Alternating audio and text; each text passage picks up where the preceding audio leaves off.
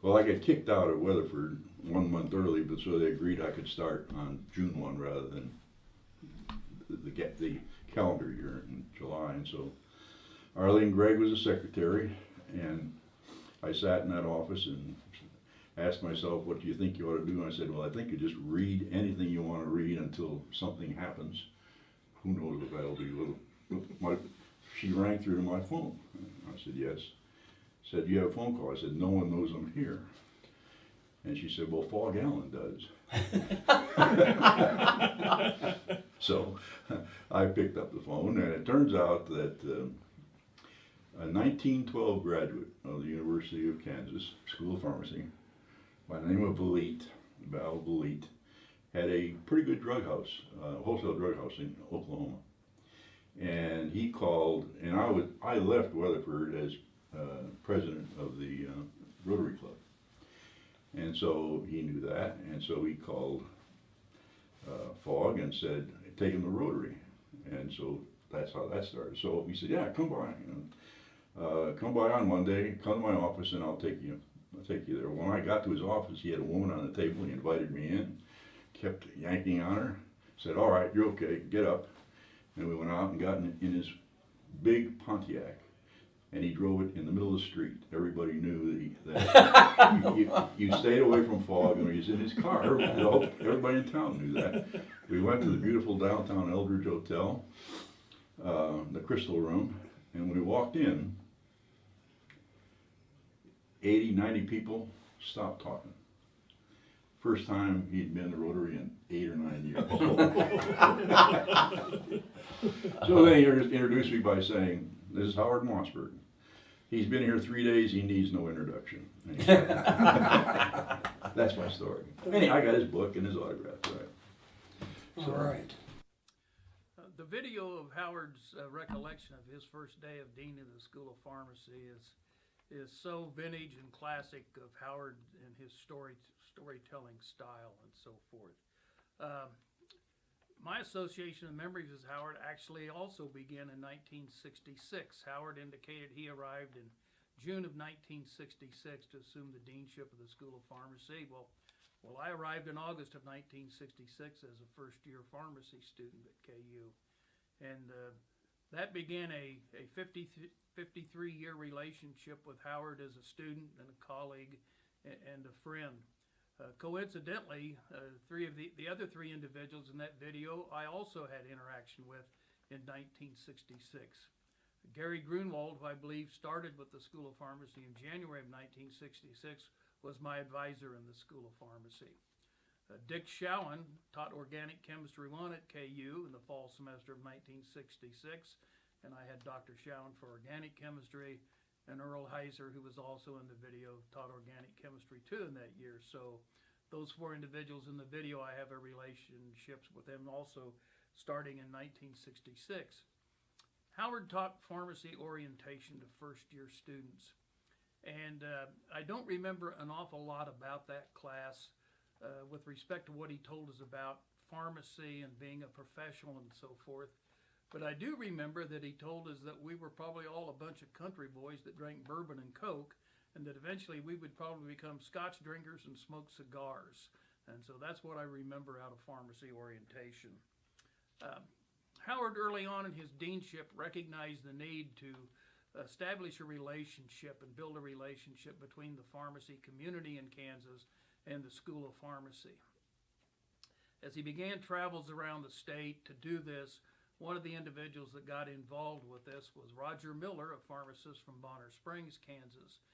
Many of you know Roger and know of Roger's wit and humor.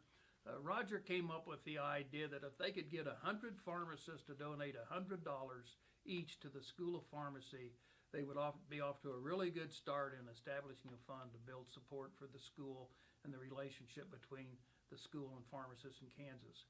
Roger thought they ought to call this group Howard's 100. The group still exists essentially today with the School of Pharmacy Advisory Council, and the efforts of that, the efforts and objectives are still the same and sustained by Dean Otis at this time. In 1986, I returned to the School of Pharmacy to work for Howard as an assistant to the dean and the coordinator of the experiential learning program at KU. Howard would summon me to his office on occasion, and he would pontificate about some issue in the School of Pharmacy or some issue problem confronting the profession of pharmacy at that time, and I would dutifully sit there and listen to Howard, what he had to say, and then leave the office. But then I quickly learned that a couple weeks later he would call me in again and say, "How are we coming on that project?" I learned at that point that these discussions were not philosophical discussions, but actually assignments for me to take on as we did that. I often felt that these discussions with Howard and these assignments were almost in the form of riddles or parables, which Howard often talked in that form, in that manner. So I'm suspect that somewhere there's a lost book of the Bible somewhere, the book of Howard. Surely is out there somewhere. Howard gave me the opportunity to become a part of the School of Pharmacy, and that has lasted now for 33 years, and I'm forever grateful to Howard for giving me that opportunity. And Howard's service to the School of Pharmacy as dean, and his service to the profession of pharmacy in Kansas for over 25 years was significant for the profession of pharmacy in Kansas. Hello, my name's Dave Henry. I'm the chair of the Pharmacy Practice Department. I believe I got asked to do this because Dean Mossberg was my dean as a student and also my dean for the first 15 or 20 years that I was a faculty member. And I thought I would just give you a couple of really short stories and comments about Dean Mossberg. The first one, we'll start with when I was a student. So my fall of my first year in pharmacy school, we had our pharmacy orientation course that Dean Mossberg taught. And one of the lecture topics one day was professionalism. So he gave us a couple of definitions of professionalism and some discussion of what makes a professional versus not. And one of his concluding comments was, see those construction workers over there working on Wesco? Those guys will be drinking beer when they go home Friday night, and you guys will be drinking scotch. And that was his idea of one of the differences between a professional and not. And that actually gave me some pause as a pharmacy student, thinking, I don't even like scotch. Maybe I'm going into the wrong thing. But it turns out that even though I still don't like scotch, I think it's worked out as a profession for me pretty well. So I can't be too unhappy with that. The other thing I would say is after I was a faculty member, as a young faculty member, really not having any background in academia particularly, he actually served pretty much as a mentor for me and some of the other really young faculty. And one of the things that he would always say is that you ought to finish your work, your real basic work, in about 2 hours every day. And that would give you the rest of the day to work on scholarly activity and entrepreneurial things to really do the big things that a faculty member should be able to do along with teaching and service. And so I don't think I've ever figured out really how to get all my basic work into 2 hours. Maybe today that would constitute going through my emails and catching up with paperwork. But nevertheless, that did kind of teach me a lesson and keep a thought in the back of my mind even today that, you got to get this work kind of blocked off, get it done, get it out of the way so you can do what you really need to do, keeping up in your area, for me, oncology, and getting other things done, hopefully some scholarly activity. So I thought I would kind of finish up with just a comment that I think most everybody knows, that Dean Mossberg took the school from being just a handful of faculty up to being a pretty good-sized school of pharmacy. He hired department chairs, Wenzel, Smithman, Higuchi, that really brought in a lot of research and a lot of new researchers, built the school up. But a lot of people don't realize that the other thing he did was he started the pharmacy practice department. There was no pharmacy practice department when I was in school, no courses in pharmacy practice. Everything we learned about therapeutics was from pharmacology and medicinal chemistry classes. So I was actually the first full-time faculty member in pharmacy practice, and he then had to, so he started up a department. We had a couple of people who had been doing it part-time, Harold Godwin and Sarah White, as administrators in the Department of Pharmacy at the Med Center, but they I still didn't have any pharmacy practice department until we finally got a full-time member to be there, and then he appointed Gene Martin to be the first chair of that from the pharmacology department. So I'd like to thank Dean Mossberg for everything that he did for me and for what he's done for the school. Hello everybody, I'm Bob Hanslick, one of the senior faculty members in the School of Pharmacy, and I was asked to say a few words about an old friend, Howard Mossberg, and I'm very happy to do that. I first met Howard during spring break of 1971. Ed Smithman had invited me to come to KU to interview for a faculty position in medicinal chemistry, and if I was to accept that position, that would expand the department from 5 to 6 faculty members and expand the school from around 15 or 16 to 17 or 18 faculty members. On my first interview day, I started to meet all kinds of science faculty members, and when it came time for lunch, I looked at my agenda and I noticed it said, lunch with Howard Mossberg and Hugh Cotton, and it didn't say anything else. So I met Howard and Hugh at the Ramada Inn on 6th Street in Iowa, and we started making a lot of small talk because I had no clue as to who these guys were. Eventually, we figured out, Howard and I, that he and I grew up in Chicago, literally a couple of blocks apart, but about 10 years apart. So we had that background in common, and only after that lunch did I later find out that in fact he was the dean and he was the associate dean of the School of Pharmacy. But the beauty was it didn't really matter to Howard. He wasn't very officious about his role or anything like that. He was a really down-to-earth guy, very easy to get along with, and that became the basis of essentially the 46-year friendship that I had with him. For a number of years, he and his wife Ginger and my wife Lois and I got together once a year to cook a traditional Czech meal of roast pork, dumplings, and sauerkraut, and lots of beer, and talk about the old days of the School of Pharmacy and the old days of the neighborhoods we grew up in Chicago. Well, many of you know that Kansas was the second state in the country to require continuing education for pharmacists, and in the old days that was provided by the entire School of Pharmacy faculty driving out to western Kansas. And I remember a lot of long car trips and van trips with Howard and Bob Nelson, Jerry Matchett, and other faculty driving out to Colby, Goodland, Hayes, Wichita, Dodge City, weekends in the wintertime when pharmacists could get away from the store for a while. And we'd provide that continuing education, and that was a really good sort of bonding exercise. 8 hours in the car, you really get to know somebody. So one of the things that Howard loved to do was to read the Wall Street Journal, and he did that practically every day. And he hosted a stock club that many of his friends and a number of faculty members from the school would meet monthly, and they would share whatever knowledge that they could pick up about different drug companies and different products that were going to be coming along and so forth. And there were a lot of drug companies in those days, and for a bunch of amateurs, this stock club did actually fairly well. And that rumor actually has it that the KU Endowment Association also benefited from some of Howard's wisdom about the pharmaceutical industry, drug companies, and all of those stocks. I wouldn't know about that, but it's believable.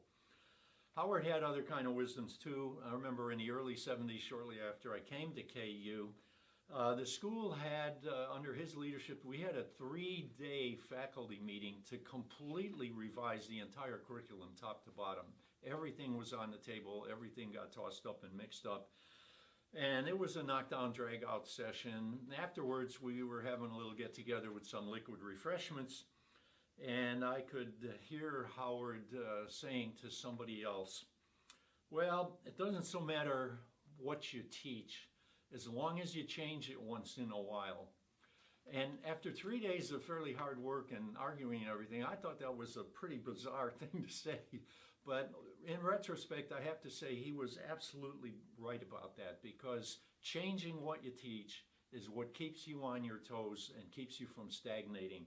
And it just didn't occur to me at that early young point in my career. Now I can see it. Well, as I think you all know, with Howard at the helm, the school grew steadily in terms of faculty numbers, student numbers, research grant numbers, and even building numbers. And then Howard got bumped up to be Vice Chancellor for Research and Graduate Studies. And it was there, I think, that Howard perhaps made his most significant contribution to KU and to the state of Kansas. He persuaded Chancellor Hemingway to establish the KU Center for Research, to transcend many of the antiquated laws and business practices that the state government imposed on the university, trying to be a modern university, and getting that sort of end run and getting ability to operate in a little more modern business-like fashion was hugely important for the entire university, in my opinion. And although he's probably better known for his contributions to pharmacy, I think KUCR is likely to be much more important as his long-lasting legacy to the state of Kansas. And with that, I can just say it was really a pleasure to serve with Howard all these years. Well, my first interactions with Howard actually began in 1985. I was interviewing to be an assistant professor in the Department of Pharmaceutical Chemistry, and of course one of the interviews was with Dean Mossberg. I remember him at the chat, actually, most of it, and it was a rather fatherly discussion. Howard was about the same age as my father, so that's why I say fatherly. Howard gave me advice on buying a home in Lawrence, which was, great for an assistant professor coming here to live. And so really from that point on, I didn't have much contact with him until I was promoted to professor. And at that time, the Madison and Lila Self graduate fellowships were being developed, and Howard needed a committee. And I was asked to be on that committee representing the School of Pharmacy. So there's a lot of things that went on with that and the development of that, but Howard had a very special bond with Mr. Self. And that bond meant going to Chicago often to visit with Mr. Self. And so Howard would come back and give the committee reports on what they had discussed. One time I remember him coming back, they had played golf in Chicago, and Howard came back and says, well, Mr. Self really likes what we're doing with the program. He likes the things that we're developing, and he says, that's the good news. He says, the bad news is that he had some more ideas about things he'd like to do, and he gave me another check, and he pulled a check out of his pocket and says, the bad news is we have to figure out now what to do with this money and how to keep making Mr. Self happy about what he's doing. After that, I didn't see much of Howard as he moved up to be Vice Chancellor of Research and Graduate Studies. And through that time period, I was called upon a couple of times to do different things with Howard. But probably when I became dean, and I'm very grateful that he was around, because for almost 15 years he's been a good friend and really a mentor for me. I remember we've had a number of budget cuts at KU over my 15 years, and I remember the one in, I think it was about 2010, because I was very nervous. We were getting ready to move into this building, expanding our program, and we got about a 4% budget cut, which I think at that time was about $325,000. And so with all the things going on with the school, new school going up here, and of course the branch down in Wichita, I was pretty concerned. Well, Howard stopped by one day and said, welcome to 1976. And what he was talking about is there were, I guess, some significant budget cuts in that time period. And at the same time, there was federal capitation grants to expand programs. And so it's kind of a similar circumstance. But as others will probably mention, there are many Howardisms that are talked about, and these are thoughts that we thought were original to Howard, but they oftentimes were not. And one I got that same time was, there are no problems, there are only opportunities. And so I've always taken that stance now when I'm faced with issues in the school that are quite significant. I remember that there are no problems, there are only opportunities. Again, I thought that was a Howardism, but it turns out there's an author, Rutger, that wrote that, and it's a little longer than that. It says, there are no problems, there are only opportunities to be creative. So again, I always remember that when I'm faced with issues in the school. That's a piece of wisdom that's served me well. Howard gave me suggestions oftentimes on how to address particular issues, and for that I will always be